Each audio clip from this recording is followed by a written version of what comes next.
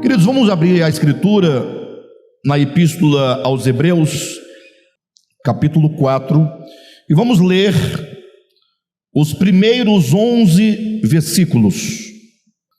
Diz assim: temamos, portanto, que sendo-nos deixada a promessa de entrar no descanso de Deus, suceda parecer que algum de vós tenha falhado, porque também a nós foram anunciadas as boas novas, como se deu com eles, mas a palavra que ouviram não lhes aproveitou, visto não ter sido acompanhada pela fé naqueles que creram, ou melhor, naqueles que a ouviram.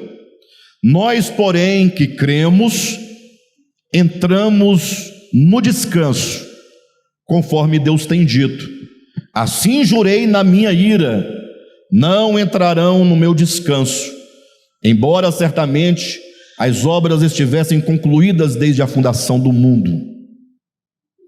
Porque em certo lugar assim disse no tocante ao sétimo dia: e descansou Deus no sétimo dia de todas as obras que fizera.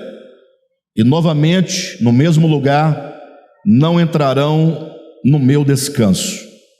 Visto, portanto, que resta entrarem alguns nele, e que por causa da desobediência não entraram aqueles aos quais anteriormente foram anunciadas as boas novas, de novo determina certo dia, hoje, falando por Davi, muito tempo depois, segundo antes fora declarado: hoje, se ouvirdes a sua voz, não endureçais o vosso coração.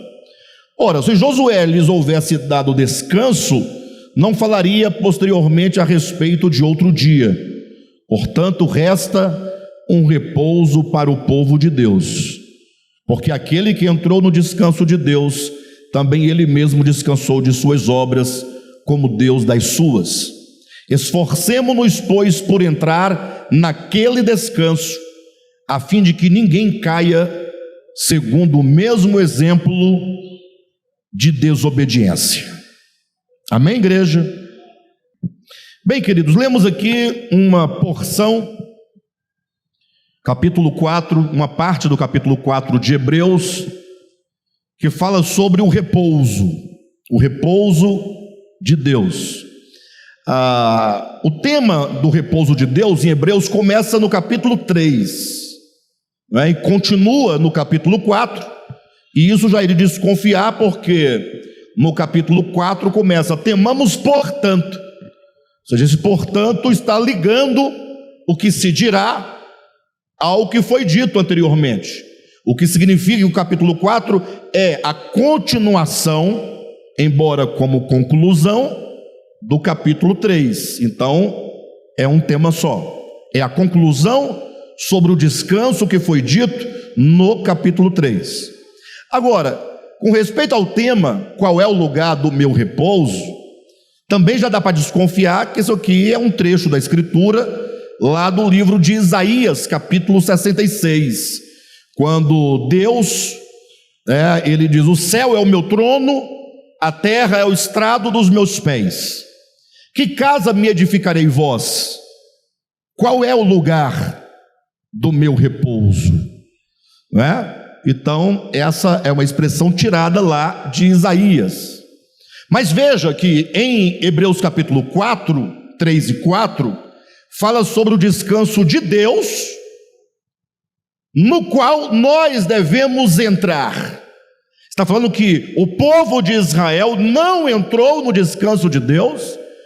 E por qual motivo eles não entraram no descanso de Deus? Por causa da desobediência. E agora o escritor aos Hebreus está dizendo que ainda resta um repouso para o povo de Deus, logo somos convidados a entrar no repouso de Deus. Agora, o repouso de Deus lá de Isaías 66 é o repouso no qual Deus quer entrar. Ou seja, Deus diz: qual é o lugar do meu repouso? Ou seja, Deus também tem um lugar de repouso, no qual Ele quer repousar. Só que em Hebreus fala que nós também precisamos de entrar no descanso de Deus. É um descanso mútuo. Deus é o nosso descanso e nós, o descanso de Deus. Mas como isso é muito amplo, nós vamos só tentar ministrar uma parte, que é a nossa necessidade de entrarmos no descanso de Deus. Noutra ocasião, se Deus permitir, podemos falar do repouso de Deus, até porque a essa altura alguém pode estar se perguntando: e porventura Deus precisa de repouso? Né? Afinal, tudo bem que nós precisemos de repouso, é concebível. Agora, Deus precisa de repouso? Bem, noutra ocasião poderemos falar sobre o repouso de Deus. Mas para nós entendermos por que nós queremos falar sobre a necessidade que nós temos de entrar no repouso de Deus, para nós entendermos também que espécie de repouso é esse de que nós precisamos, de que natureza é este repouso de que nós precisamos, para nós podermos entender até por que eu precisaria de um repouso. Que repouso é esse de que é dito que eu preciso dele, e sem ele eu não estaria em repouso? Para responder essa questão que está aqui em Hebreus, vocês perceberam que no capítulo 4 é um capítulo difícil de ser compreendido, porque ele vai emendando ou reunindo várias partes da Bíblia. Por exemplo, aqui fala sobre o sábado do sétimo dia, em que Deus descansou. Aqui também fala da entrada do povo de Israel na boa terra de Canaã, a boa terra como um símbolo do descanso. Temos, portanto, aqui várias imagens e vários contextos que precisam de ser conectados para que nós entendamos então o repouso em que nós devemos entrar. Ou seja, nós vamos ter que construir aqui um contexto longo, incluindo o sábado do sétimo dia, incluindo a terra de Canaã, incluindo a encarnação de Cristo, para nós podermos entender a necessidade e a natureza do repouso no qual nós precisamos entrar. Bem, o fato é que quando nós lemos Gênesis capítulo 1 e 2, peço que você me acompanhe. Quando você começa ali lendo a descrição da revelação, e não da história, mas do sentido espiritual da criação dos céus e da terra, você verá um Deus perfeito, um Deus todo-poderoso, ali trazendo à existência, ou colocando em ordem a sua criação. Primeiro dia, segundo dia, terceiro dia, cada um dos dias é dito que Deus faz algo, né? Costuma-se dizer o relato da obra de criação de Deus. Primeiro dia, haja luz, e houve luz. E ao cabo de cada ato criador, é dito assim: e viu Deus que tudo, ou melhor, e viu Deus que a luz era boa. Ao cabo de cada ato criador, é dito: e viu Deus que aquilo que fora criado era bom. Ou seja, nós vamos nos deparando na leitura dos atos criadores de Deus, que a palavra bom e a palavra boa está presente constantemente ali, para dizer que tudo que Deus cria é bom, que tudo que Deus cria é saudável, que tudo que Deus cria é belo, que tudo que Deus cria, não é para a glória dele. Ou seja, não há aspecto negativo no ato criador de Deus. Pelo contrário, é dito que depois de ele ter criado os céus e a terra, e criado o homem e a mulher, eu fico imaginando a cena, né? Gênesis capítulo 2, versículos 1 e 3. E viu Deus que tudo era muito bom. Não sei se vocês já pararam para refletir essa porção. Geralmente as pessoas usam a Bíblia ou para dormir, né? Lê para dormir, portanto não tem nenhum interesse real pelo que ela diz, ou para debater com um outro, né? Como essa semana eu ouvi um pastor debatendo com outro pastor, e aí o pastor, que me parece que tinha mais argumento e mais fundamento e mais coerência, ele falou para o outro assim: então responde, o texto está aqui. Aí o pastor da coerência falou assim: vai, me humilha. Vocês percebem onde nós chegamos? Vai, me humilha. Ou seja, qual é o propósito? É humilhar um ao outro? É quem perde o debate sai humilhado? Vocês percebem que nós vivemos um profundo problema no que diz respeito à leitura da Escritura? Então, muitos leem para debater, outros leem para dormir, outros leem para tentar extrair uma palavra atual na sua experiência prática do que Deus disse há 2000 anos, 5000 anos, não sei quantos anos foi. O fato é que nós não paramos para entender a essência do que está sendo dito. Puxa, primeiro dia a luz era muito boa, depois fez separação das águas de cima e de baixo e era muito bom, depois a porção seca sai debaixo das águas e vem as ervas, as relvas, as gramas, as flores, as árvores com frutos e todos os frutos, e tudo era muito bom, e Deus vai trazendo à existência, né, os peixes, as aves e tal, cria o homem, e quando acaba ali aquela obra da criação, eu, na minha imaginação, eu fico projetando a imagem, lógico, é completamente antropomórfico isso, não condiz com a realidade dos fatos, mas a imagem, conforme o homem eu penso, é um Deus olhando para os céus e para a terra, para tudo que Ele criou, para o homem e para a mulher, e dizendo, e diz o texto, e viu Deus vendo que tudo era muito bom. O que a gente sente nesse texto? Que Deus é bom, e tudo que Ele faz é o quê? É bom. Logo, a nossa vida tem que ser o quê? Boa. Vida boa. O que pode ser traduzido nas palavras de Jesus, numa linguagem mais espiritual, vida abundante.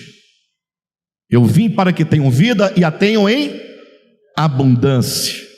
Então Deus projeta para nós um mundo bom, para que tenhamos uma vida boa, vida abundante. O que é uma vida boa? Ora, uma vida boa é uma vida equilibrada, que contenha o prazer, a alegria, a satisfação, a saúde, a comunhão. É tão bom comer, comer é bom. Que maravilha comer, se alimentar. Diz que Deus fez nascer toda sorte de árvores frutíferas, agradáveis aos olhos, olha, e boas para alimento. Deus se preocupou até em ser agradável aos olhos, porque se Ele fizesse um tanto de comprimidinho, velho, esse comprimidinho aqui você toma para almoçar, esse aqui você toma para jantar, aí você agora vou almoçar, pega um comprimido, taca água dentro, estou almoçado. Não, gente, tudo é muito bom que Deus fez.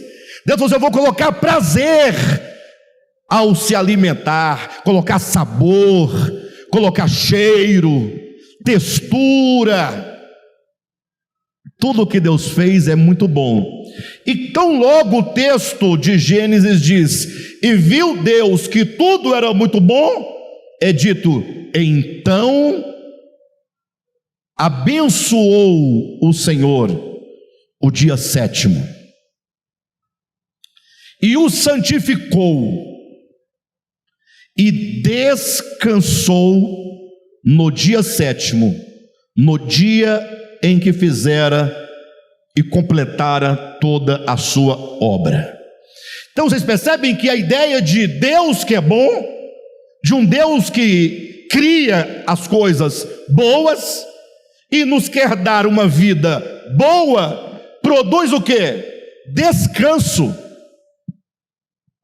Quando Deus estava imerso na beleza e na bondade da criação, que ele viu que tudo era muito bom, ali Deus estava no descanso, no desfrute. Não podemos pensar absolutamente que Deus descansou de toda a obra que como Criador fizera, que ele estivesse cansado fisicamente. Não dá. Isaías capítulo 40, salvo engano, versículo 13, diz que Deus não se cansa e nem se fadiga. Ele não tem fadiga, ele não tem cansaço, até porque o ato criador de Deus é um ato de emanação, não é de trabalho. A ideia de trabalho é a ideia antropomórfica que temos das coisas, é a ideia humana, porque não conseguimos conceber um Deus que realiza sem trabalhar do modo como entendemos nós o trabalho. Então, o descanso de Deus no qual ele entrou, e aqui abra bem seus olhos, o primeiro a descansar, o descanso sabático é Deus. Não é questão de judeus, não é questão da lei, tem nada a ver com os gentios. Deus que não é judeu, Deus que não é gentil, Deus que não está submisso a uma lei moral, né? Uma lei moral, uma lei, como eu posso colocar, cerimonial, mas há uma lei positivada, porque o que é a lei? Lei é Deus, ele na sua essência se estabelece enquanto padrão do que é. Então ele próprio, fora de qualquer discussão adventista, sabatista, Deus é o primeiro a descansar. Agora, o descanso de Deus, ao meu ver, é o descanso puro, legítimo. Qualquer outro descanso, a partir daí, seja o sabático, que vamos insistir na guarda do dia do sábado, sempre vai ser um sábado michuruca. Por quê? Primeiro é que é o homem que está dentro de um dia da semana. Segundo, que aquele dia não vai garantir o descanso. Porque de que descanso nós estamos falando? A grande discussão em torno do sábado deve ser de que descanso nós estamos falando. Porque imagine alguém que trabalha a semana inteira, precisa de um dia de descanso, o sábado, vamos colocar nesse sentido, para vocês entenderem. Então é lógico que chega no sábado, agora eu vou o quê? Descansar. Então ele passa o dia todinho na rede, descansando o corpo, ouvindo um hino, né? Glória a Deus, maravilha, Jesus é bom, glória a Deus. Segunda-feira ele volta para o trabalho. Tá bom, depois de 30 anos trabalhando, o camarada aposenta. E agora? Agora ele vai ter que arrumar um dia de trabalho para descansar do cansaço do descanso. Olha, sim ou não? Ficar sem fazer nada cansa. Então você percebe que não é disso que nós estamos falando? Então, eu guardo o sábado, tá bom, parabéns, é louvável, parabéns. A Bíblia fala que aquele que guarda, para Deus guarda, quem não guarda, para Deus não guarda. Deus não está atrás de dia da semana, Deus não é um Deus de objetividades, Deus é um Deus de consciências. É Deus de corações, mas não é coração, porque vamos dizer, Deus não é açougueiro, para de bobagem, não é coração, músculo, não, é sentimento, é alma, essência, consciência, aquilo que você é no mais íntimo da tua existência, em relação a si mesmo, em relação a Deus, em relação ao seu próximo.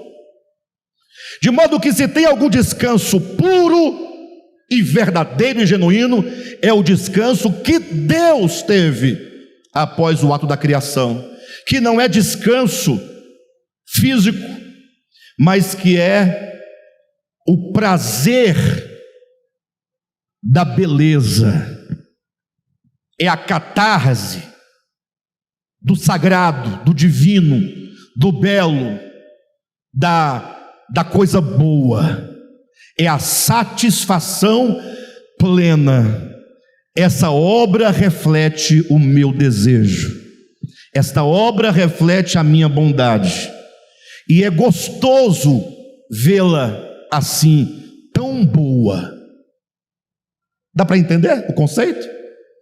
Deus entra no descanso, Ele entra no gozo. É uma palavra que o Novo Testamento, sobretudo os evangelhos, vão usar. Lembra que lá no final é dito: entra para o gozo do teu Senhor? Esse gozo, essa alegria, esse preenchimento, essa satisfação, essa plenitude, que nada falta, está tudo bom, tudo maravilhoso, alcançou o objetivo, é o descanso de Deus. O que significa isso? Ora, significa que o que Deus quer é que nós sejamos bons, vivamos num mundo bom e tenhamos uma vida boa, para que, havendo isso, tenhamos nós o quê? Plenitude, satisfação, realização, prazer, gozo, ou seja, tenhamos o quê? Descanso. Então, para entender o descanso de Deus, você tem que olhar para Gênesis capítulo 1 e 2 até versículo 3 do 2. Deus no seu descanso, é o que Deus quer. É a felicidade que os filósofos tanto falaram e tanto buscaram. A filosofia ocidental inteira, toda ela, cada um dos filósofos dizia o que o homem deve fazer para alcançar a felicidade. Está todo mundo em busca da finalidade. O fim último da busca e da ação de todo homem é a felicidade. Essa felicidade não é você ficar rindo, kkkk, não, é você chegar no estágio de plenitude, de realização, e dizer: tudo é muito bom. Como Deus descansou ao ver que tudo era muito bom. Eu quero confessar que as minhas palavras são insuficientes para explicar esse fenômeno do descanso de Deus. Estou me esforçando ao máximo, mas eu percebo que faltam palavras, para que vocês compreendam essa contemplação, essa realização, essa satisfação, essa plenitude de Deus. Deus, quando viu a sua criação acabada, Ele estava verdadeiramente entusiasmado. A palavra entusiasmado quer dizer cheio de Deus. Quando a pessoa está entusiasmada, ela está cheia de Deus. É o sentido da palavra entusiasmo, entusiasmar, entusiasmado, cheio, aquela plenitude. Vocês já sentiram em menor grau essa plenitude alguma vez? Alguma vez, não é possível. Sabe aquele dia que você fala assim: rapaz, hoje está uma coisa boa, parece que está tudo bem. Em algum momento vocês devem ter sentido isso. Não é possível que é só lapada, é só pancada. Sabe aquele dia que parece que está tudo muito bom, e viu Deus e viu o Pedrão que tudo era muito bom, aí você ficou assim não demorou muito tempo, não, logo você caiu na real, mas é aquele momento de preenchimento, de satisfação. Parece que agora você vivendo um momento de celestialidade. Isso aí não é nada comparado com o descanso de Deus, nada. Ixi, isso aí é só mesmo um vislumbre do descanso de Deus. Eu vou chegar lá onde eu quero, onde o Espírito Santo me chamou para levar vocês e a mim para esse lugar. Vocês estão entendendo então a potência de Gênesis 2? Viu Deus que tudo era muito bom, e o sábado aparece ali e começa a plenitude. Vocês estão sentindo? Vocês estão nessa atmosfera junto comigo do pensamento? Por que eu preciso que vocês estejam junto aqui, nesse lugar, esse ambiente de completação, de completude, de plenitude, tudo muito bom, beleza. Deus entusiasmado ali, porque nós vamos cair, nós vamos despencar. Capítulo 3 de Gênesis, versículo 1, começa com a palavrinha que é como a língua. A primeira palavra de Gênesis 3:1 é como a língua. Ela pode introduzir uma coisa muito negativa, se a coisa que vem antes for muito boa. Mas ela pode introduzir uma coisa muito boa e positiva, se a anterior for ruim. Por quê?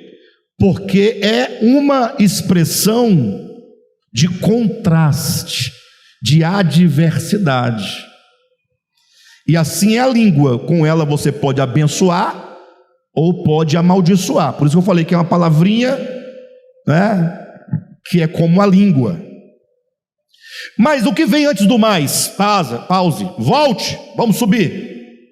O que vem antes desse mais? E viu Deus que tudo era muito bom. Esse bom, Deus é bom, tudo que Ele cria é bom, tudo é maravilhoso, tudo é gostoso, tudo é belo, tudo é justo, tudo é equilibrado, tudo é perfeito. Então, esse sonho, essa utopia de um mundo de plenitude, gera o quê? Descanso, porque nele você tem tudo, está tudo equilibradinho, tudo maravilhoso. Então essa sensação de plenitude é o descanso divino. Mas a serpente, aí nós caímos num abismo de tristeza, de amargura, de sofrimento, de lágrimas, de homicídios, de suicídios, de estupros, de famílias dilaceradas, de filhos rancorosos com os pais, de nações que lutam contra outras nações e vence aquela que matar mais, que derrubar mais prédios, num mundo em que uns comem muito, outros não comem nada, num mundo em que tem alguém que acorda de manhã dizendo: o meu desafio hoje é poder comer um prato de arroz, ainda que seja puro, com um ovo frito, enquanto tem outro que está pagando 20, 30, 40, 50 mil numa bostinha assim, ó. Literalmente, você coloca lá uma carninha velha sem futuro, aí vem o mestre de cozinha e faz assim com a maionese assim, ó. Aí pega um pauzinho e faz no prato. Aí você paga 10 mil reais numa coisa que não vale a pena. É bom, tá bom, você pode, vai. Mas assim, comida de casa é muito boa, comida simples. Arroz feito em casa, feijão preto é uma delícia. Eu gosto do marronzinho, mas o preto é mais gostoso, mais forte, cheiro verde. Você frita um ovo, mas não deixa aquela sola velha queimada, não, irmão, não, deixa ele gostosinho, deixa ele cremosinho. Para. Mas é um mundo de injustiça. Nessa experiência que eu tive agora em João Pessoa para cá, eu fiquei analisando. Quer dizer então que se não tiver o dinheiro, o que vai acontecer se não tiver? Eu pensando lá, porque eu fico pensando nas coisas que estão acontecendo. Para trasladar o corpo de lá para cá, 4 mil e lá vai pedrar, quase 5. Eu pensei assim, tá, e se não tivesse o dinheiro? Não vai. Mas e aí? Ué, problema seu, ué, não vai. Aí o governo, dane-se. Ué, é tudo burocrático, é dinheiro. Tem dinheiro, vai, não tem, não vai. Dane-se. Não tem um momento em que a humanidade seja solidária. Não existe. Quem manda é o dinheiro. Cuidado com o dinheiro. Não é que você não pode tê-lo em grande quantidade. Pode, e até bom que você tenha. Mas não seja possuído por ele. Seja o possuidor e não o possuído. Seja o administrador e não o escravo do dinheiro. Mas é um mundo em que não há descanso aqui embaixo. Esse mundo não tem descanso. É muita dor, irmãos. É muita dor. É muito sofrimento. Quando a gente olha para o mundo, não tem como nós falarmos que tudo é muito bom. Nós temos alguns momentos em que essa bondade, essa beleza se manifesta, mas são raros. Até para nós nos alimentarmos, nós não temos nem tempo de degustar, de desfrutar, de saborear, é tudo correndo. Escravos de um sistema perverso. Os homens da polis, da política, que deveria cuidar de nós enquanto povo, nos roubam, são desonestos. A justiça, que é para defender o fraco, o oprimido, aceita suborno. Leia depois os livros dos profetas do Antigo Testamento, e você vai ver que tudo que Deus fala é contra a injustiça social. As polícias recebendo suborno, o juiz que recebe suborno, os príncipes que oprimem a sociedade. Então, quando a gente olha para esse mundo em que nós vivemos, não tem descanso. Não bastasse os problemas da própria existência e das organizações políticas, enquanto cidade, estado e país e nação e etc., nós temos um sofrimento interior de alma profundo, uma tristeza que nós não sabemos de onde vem, uma angústia que não sabemos de onde vem, porque a doença do século, a tal da depressão, ficamos deprimidos, não sabemos porquê, nem quando, precisamos de um psiquiatra, precisamos de um psicanalista, aí daqui a pouco o psicanalista precisa de ir a um psicanalista, aí chega lá, ô amigo, você vai fazer o quê aqui? Não, eu vim fazer terapia. Mas não é assim, Josué. Ué, o psicanalista tem que fazer psicanalista também, tem que fazer clínica, fazer, sei lá como é que fala, terapia. Olhe para dentro de você. Você está descansado, pleno, ou você está numa luta constante? E Jesus ainda disse: no mundo tereis o quê? A aflição. Mas tende bom ânimo, eu venci o mundo. Por outro lado, ele também diz assim: olha, eu deixo-vos a minha paz. A minha paz eu vos dou. Não dou como o mundo a dá. Enfim, o Evangelho, queridos, é um convite e um chamamento para o descanso de Deus. A prova é que quando depois o sábado, depois de Gênesis 2, volta a ser mencionado, atenção, quando ele volta a ser mencionado, e se eu me refiro a Deuteronômio capítulo 5, versículo 15, olha em que contexto o sábado volta a aparecer. Olha o que diz: porque te lembrarás, olha, te lembrarás que foste o quê? Servo, que fosse escravo na terra do Egito. Então, para um pouquinho. O texto está dizendo, você, falando para o povo de Israel, vocês vão se lembrar que vocês foram escravos. Havia descanso? O escravo tem descanso? Pelo contrário, ele tem sobrecarga.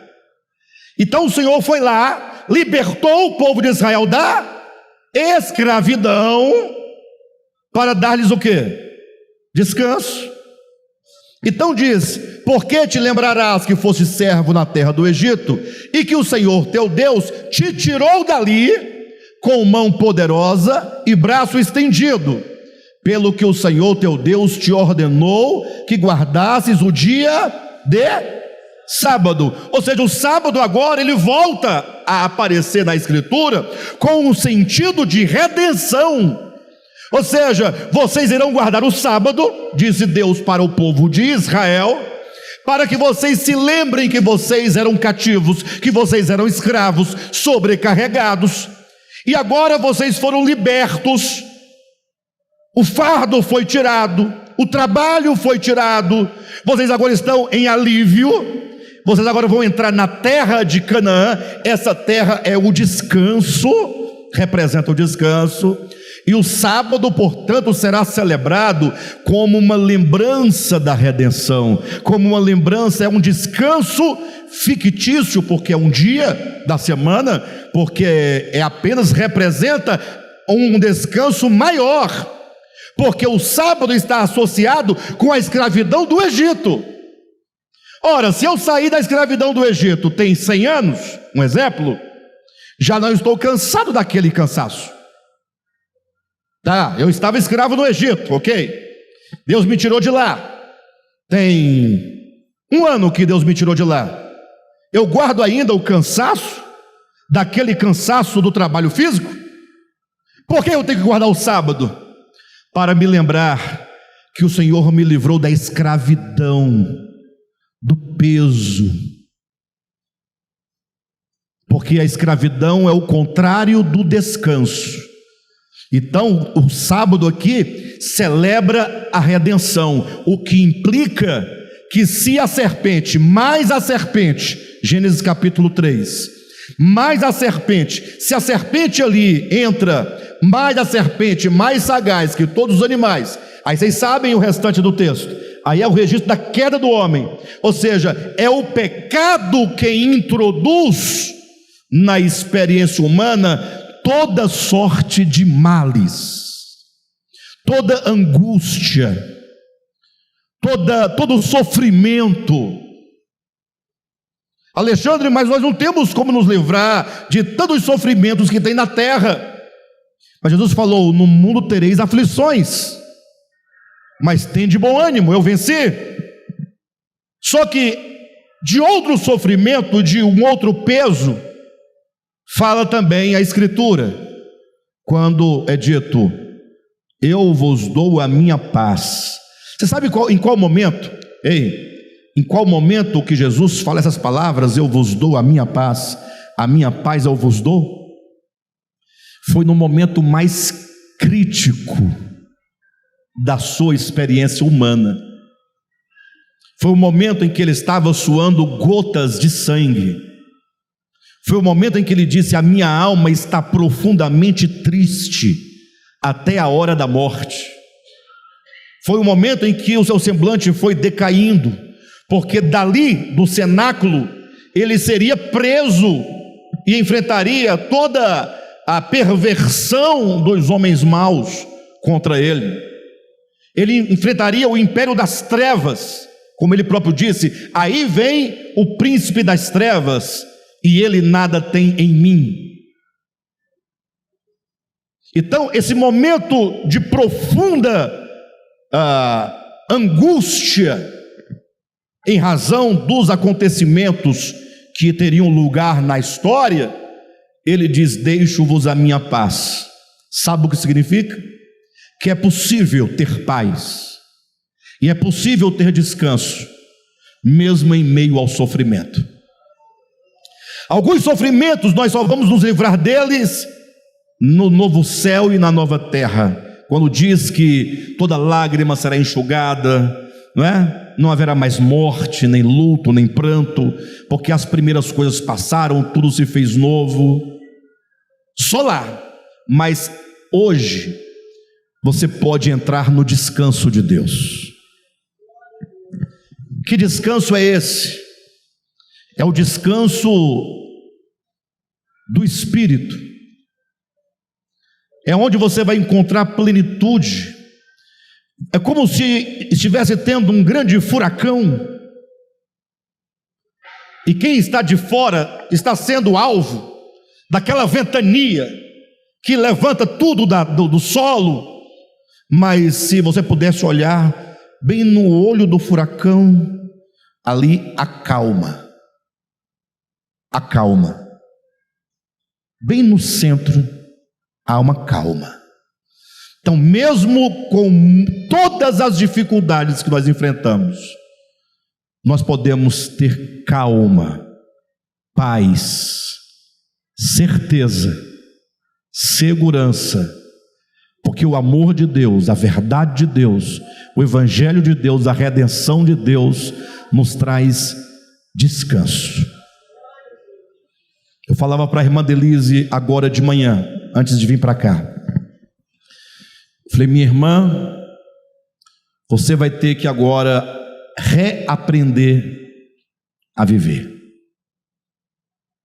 Tem o que fazer. Nós temos que continuar.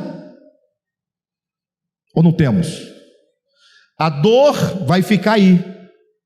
Não vai sair daí nunca. Ela pode se manifestar de outra forma, mas vai estar aí. Agora você pode ter paz. Então, dizia, você não tem que perguntar por quê para Deus. Eu sei que todos nós perguntamos. O próprio Jesus perguntou, Deus meu, por quê? Olha, me desamparado. Até ele perguntou, Jesus perguntou. Então o homem sempre pergunta, mas vamos aprender isso aqui. Nós não temos que, eu vou ficar conformado porque foi a vontade de Deus. Não foi a vontade de Deus, não é a vontade de Deus. A vontade de Deus é boa. Ela é boa. Deus quer o melhor para os seus filhos. Tudo que é ruim é do capeta. Entenda, tudo que é ruim procede de uma consciência alienada de Deus.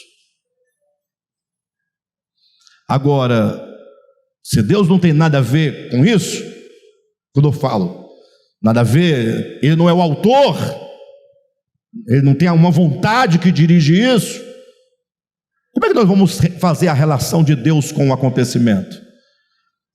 É simples, você vai dizer, Deus é misericordioso. Nós vamos repousar na misericórdia, que a despeito dos nossos erros, das nossas escolhas, das nossas decisões, Deus é misericordioso, e Ele não nos desampara, nunca. Somos nós que nos desamparamos dele, Ele não nos desampara nunca. E nós temos a certeza de que a obra de Deus é perfeita, e portanto tudo vai acabar bem. Novamente no novo céu, na nova terra, Deus dirá, tudo que eu refiz é muito bom. Por isso que Jesus, num dado momento do seu ministério, estou encerrando, diz no livro de Mateus que Jesus estava caminhando, era por volta de 10 para meio-dia, mais ou menos esse horário, e os discípulos estavam como vocês estão agora, com fome. E eles caminhando, passou Jesus, por entre uma seara de espigas, não sabemos qual é o grão, mas sabemos que passando eles num dia de sábado, a Bíblia é tremenda, né? Não foge nada. A revelação está ali, é só você olhar com cuidado, é só você verificar, é só você ter mais carinho ao ler a Escritura.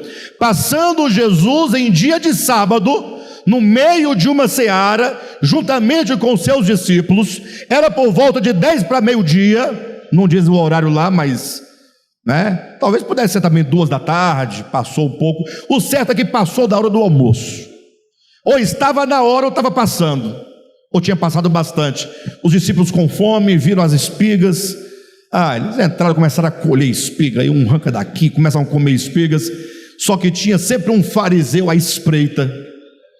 Sabe aqueles crentes que não oferta, não ajuda, não ora, não colabora, não acolhe, não faz nada, mas está em todo culto só para ficar olhando o que está acontecendo? Não tem essas pessoas? Ele não faz nada de bom pela comunidade, mas ele está em todo culto, observando, espreitando para poder encontrar alguma coisa para falar: vocês erraram. Aí tinha um fariseu desse lá, quando viram eles colhendo espinho de sábado, correu, chamou reforço, vieram mais fariseus, e aí eles trouxeram os pergaminhos abertos em Êxodo 16, e esfregava assim na face de Jesus, nos discípulos, e dizia assim: olha, Jesus, você não percebe que os teus discípulos fazem o que não é lícito fazer em dia de sábado? Olhe para mim que eu estou concluindo a mensagem. Eu sei que se houver aí um bom adventista, ele vai dizer: Alexandre, para de bobagem, o problema aí não é que eles estavam quebrando o sábado, que eles ficam tentando justificar. Eles dizem assim: olha, no sábado é lícito fazer algumas coisas boas, não o trabalho secular. Como é que eles não estavam trabalhando para vender as espigas, nem para obter lucro, ou sei lá, para armazenar, é só para comer, então não é pecado. Os adventistas tentam ajustar, dizendo assim: olha, não pode trabalhar no sábado, o médico pode. Eles dizem: por quê? Porque ele está salvando uma vida, logo é lícito fazer o bem no sábado. E o borracheiro que vai levar o dinheiro para poder pagar as contas em casa? Não, aí não é bem, não, aí não pode trabalhar. Entendeu? Até porque eles têm hospitais, né? Eles têm hospitais. Vocês entendem? Tá, mas tá bom, então você não trabalha no sábado, mas quando você vai à igreja, você não pega um Uber para a igreja? Então, o que diz o mandamento? Nem tu, nem teu filho, nem o teu servo, nem o empregado está te levando no Uber dele. Fala: não, aqui pode, porque está me levando para a igreja. Vocês entendem o problema? Então eles sempre vão tentar dar uma justificativa. Só que no texto de Mateus 11, a que eu estou me referindo agora, os fariseus traziam o texto de Êxodo 16, que lá em 16 dizia assim: olha, Deus dizendo, né? Vocês vão recolher as espigas do campo, ou melhor, recolher o maná. Desculpe-me, Deus mandava o maná, vocês vão colher o maná de segunda a sexta. No sábado vocês não podem colher maná para comer. O texto é claríssimo, não é conversa de fariseu, não. Os fariseus são fariseus por outros motivos, mas trazia o texto que dizia: até quando vocês resistirão em guardar os meus mandamentos? Que era o sábado. Isso falando para Jesus, isso está aqui escrito. Aí Jesus olha, os discípulos colhendo espiga. Moisés disse que não podia colher espiga. O texto é claro, o texto não cabe outra interpretação, porque é um texto de natureza histórica, é factual, não cabe outra interpretação. Daí, e você diz o que, Jesus? Em outras palavras, nós pegamos Jesus numa falha enorme. Agora eu quero ver o que ele vai fazer, porque não tenho, está aqui escrito, não pode colher. E ele escolheu o maná, não era para comer? Não estava colhendo espiga, não era para comer? Logo não tem argumento, não tem jeito. Jesus olha e fala assim: vocês nunca leram? Mas sabe que o problema sempre está na leitura? A leitura mal feita. Vocês nunca leram? Preste atenção. Vocês nunca leram o que fez Davi? Ele e aqueles que estavam com ele? Aí um fariseu olhou para outro fariseu. O que ele fez? Quando ele entrou na casa de Deus, no santuário de Deus, e lá no santuário tinha uma mesa lá dentro, que ficavam os pães da proposição, os pães sagrados, os pães, né? Ninguém podia entrar no santuário. Ei, pessoal, ninguém podia entrar no santuário, só o sacerdote. Aí Jesus fala: vocês nunca leram o que fez Davi, que não podendo ele, segundo a lei, entrar no santuário, ele entrou? A lei dizia: não entra. O que ele fez? Ele entrou. E ele podia comer os pães sagrados? E o que Davi fez? Comeu. Olha Jesus é terrível. Vocês nunca leram o que fez Davi quando entrou na casa de Deus? Não podia entrar, ele entrou, comeu os pães, não podia comer, comeu, ele e os que estavam com ele, uma cambada de gente revoltada. Eu vou parar por aqui para não... né? E ficou sem culpa. Mas ele fez o contrário ao texto escrito e ficou sem culpa. Vocês nunca leram? Onde é que está o segredo aqui? Eu vou concluir já. Ei, vocês nunca leram o que fez Davi quando entrou na casa de Deus? Entrou, guarda esse verbo, entrou e comeu os pães e ficou sem culpa. Os fariseus ficaram sem saber o que responder. E Jesus continua dizendo: vocês também nunca leram que os sacerdotes no templo, Davi entrou no templo, e agora Jesus fala que os sacerdotes onde? No templo. Eles transgridem, está na sua Bíblia a palavra, transgridem o sábado e ficam sem culpa. Tem um segredo aqui, irmãos. Tem um segredo aqui. Davi, na casa de Deus, no templo de Deus, comeu o pão e ficou sem culpa. Os sacerdotes no templo transgrediam o sábado e ficavam sem culpa. Os fariseus ficaram assim, sem saber o que essa resposta queria dizer, porque parece que não responde muita coisa. Ou me parece que, então quer dizer que um pecado justifica outro? Porque Davi errou lá e você pode errar aqui também? Não. Essa era a ideia. Aí Jesus fala assim: não é nada disso que você está pensando. Aqui está quem é maior do que o templo. Ele não disse maior do que o sábado, maior do que o templo. Mas e a razão disso? É que Davi, quando entrou no templo, o templo, embora uma mera representação da graça de Deus, o templo não era a graça de Deus, apenas representava, mas mesmo sendo representação, era suficiente para livrá-lo de culpa. E os sacerdotes no templo, o templo não é a graça, é uma representação simbólica da graça, mas mesmo estando numa mera representação, já era suficiente para deixá-los sem culpa. Agora imaginem quem se acolhe, se abriga e se esconde no esconderijo do Altíssimo, que é a própria realidade do templo. Eu sou maior do que este templo.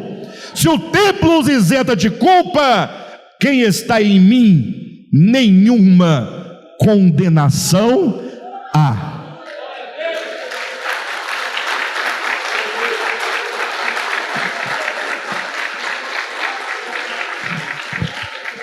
Esse é o capítulo 11 de Mateus. Quando acaba o registro, aqui está quem é maior que o templo. Aí os fariseus saem calados, não tem mais o que falar. Os discípulos ficam encantados com a revelação. Aí Jesus olha para eles. Aí tem os curiosos também próximo olhando.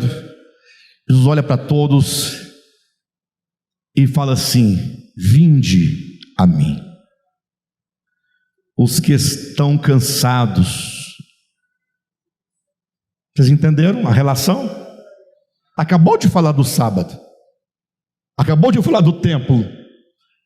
Jesus fala, portanto, vinde a mim, venham a mim, todos vocês que estão cansados e que estão sobrecarregados, e eu vos aliviarei. E achareis descanso para as vossas almas. Ou seja, é em Cristo que nós vamos encontrar descanso. Sabe qual é o nosso problema, portanto? A causa maior dos nossos sofrimentos aqui dentro é que nós estamos carregando o peso das nossas preocupações, como se porventura nós tivéssemos o poder de alterar, ainda que fosse um palmo da nossa existência. Você não pode mudar absolutamente nada na sua existência. Quem aqui está empregado? Levanta a mão. Pode baixar.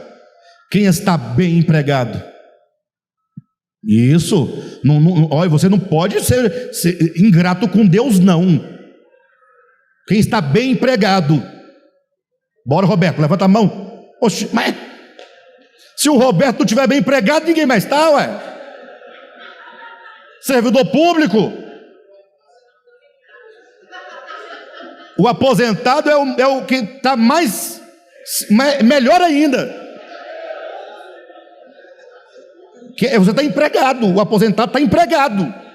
Só que é um empregado desempregado. Mas é um empregado, você é um servidor público em estado de estagnação. Dá um descanso só no Evangelho. Gostei daqui, foi bom, porque quem está na ativa ainda está, né? Mas você sabe qual é a segurança que você tem do seu dinheiro? Do governo? Nenhuma. Não, eu quero dizer, nós não podemos alterar um palmo da nossa vida, um côvado, palavras de Jesus. Então, nós ficamos angustiados, porque nós estamos numa ansiedade por coisas que nós não temos controle. Estamos desesperados e ansiosos e perturbados por causa dos nossos filhos. Pastor, mas você não conhece meus filhos, você não sabe o que eles andam fazendo, com quem que eles estão andando, onde eles estão neste momento. Entrega o teu filho nas mãos de Deus. Nas mãos de Deus ele está seguro. Não vai deixar de sofrer. Mas você pensa que a sua ansiedade pode mais que a mão de Deus? O meu marido, entrega na mão de Deus. Lançai sobre ele toda a vossa ansiedade, porque ele tem cuidado de vós. Ele quer nos dar descanso para as nossas almas. Mas para você encontrar esse descanso, você tem que ir a Ele e ter plena confiança nele. Só Jesus é o Senhor. Deus é o nosso Pai. Ele cuida de cada um de nós. Nosso descanso é o Senhor. Aquele que descansa à sombra do Onipotente. diz ao Senhor: Tu, Senhor, és o meu refúgio, é o meu baluarte, é o Deus meu em quem eu confio. É isso, é isso. Vamos entrar no descanso de Deus. Lembre-se que o povo de Israel não entrou no descanso de Deus por causa da incredulidade. Por isso, para nós entrarmos no descanso de Deus, nós devemos ter plena confiança nele.